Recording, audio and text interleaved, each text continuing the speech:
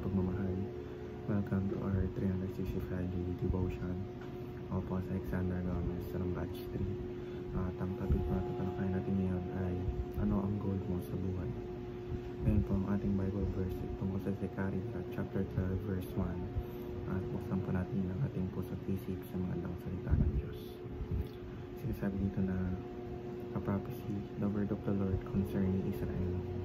The Lord who stretches out the heavens, who lays the foundation of the earth, and who forms the human spirit within a person declares.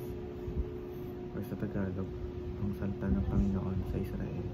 Ganito ang sabi ng Panginoon na naglatag ng langit at nagtatag ng lupa at lumikha ng spirito ng tao sa loob niya. Teaching number 1, the Spirit was formed by God within us. Ang Spirito ay nilikha ng Diyos sa loob natin. Pinapaalala ito na ang buhay na mayroon tayo ay hindi lamang physical, kundi spiritual din. Ang Diyos mismo ang naglagay ng ating spirito, kaya't lahat ng ating kakayahan, pag-iisip at damdamin ay nagmumula sa Kanya. Hindi tayo basta aksidente o bunga lang ng kalikasan. Tayo ay may banal na pinagmulan. Teaching number 2, the Spirit will return to God upon death. Ang Espiritu ay babalik sa Diyos kapag tayo namatay. Ang katawan natin ay maaaring mabulok at mawala, ngunit ang Espiritu natin ay hindi naglalaho. Sa halip, ito ay muling bumabalik sa Diyos na siyang nagbigay nito. Dito nakikita ang realidad na may buhay na walang hanggan at na may pananagutan tayo sa ating manlilika. Teaching number 3, the Spirit will possess our renewed body. Ang Espiritu ay magkakaroon ng panibagong katawan. Sa muling pagkabuhay, ang ating Espiritu ay tatanggap ng isang maluwalhating at walang kasiraan ng katawan. Ito ay nagbibigay ng pag-asa na ang mga paghihirap at sakit ng kasalukuyan ay pansamantala lamang at may darating na mas dakilang kalagayan na inihanda ng Diyos para sa atin. Application number 1, see yourself as immortal.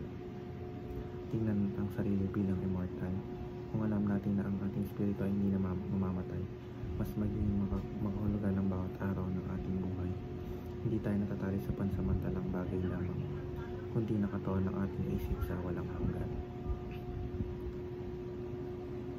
Application number 2, plan for both the short term and the long term. Yung plano para sa maikli at mahabang panahon, mahalaga na pinaghahandaan natin ang ating mga pangarap dito sa lupa, pag-aaral, trabaho, pamilya. Ngunit higit na mahalaga ang paghahanda para sa ating buhay spiritual.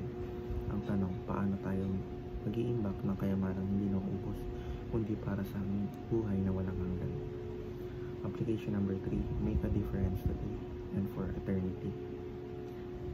Ang mga gawain ginagawa natin araw-araw, pagmamahal, pagtulong, panalangin, pananampalataya, ay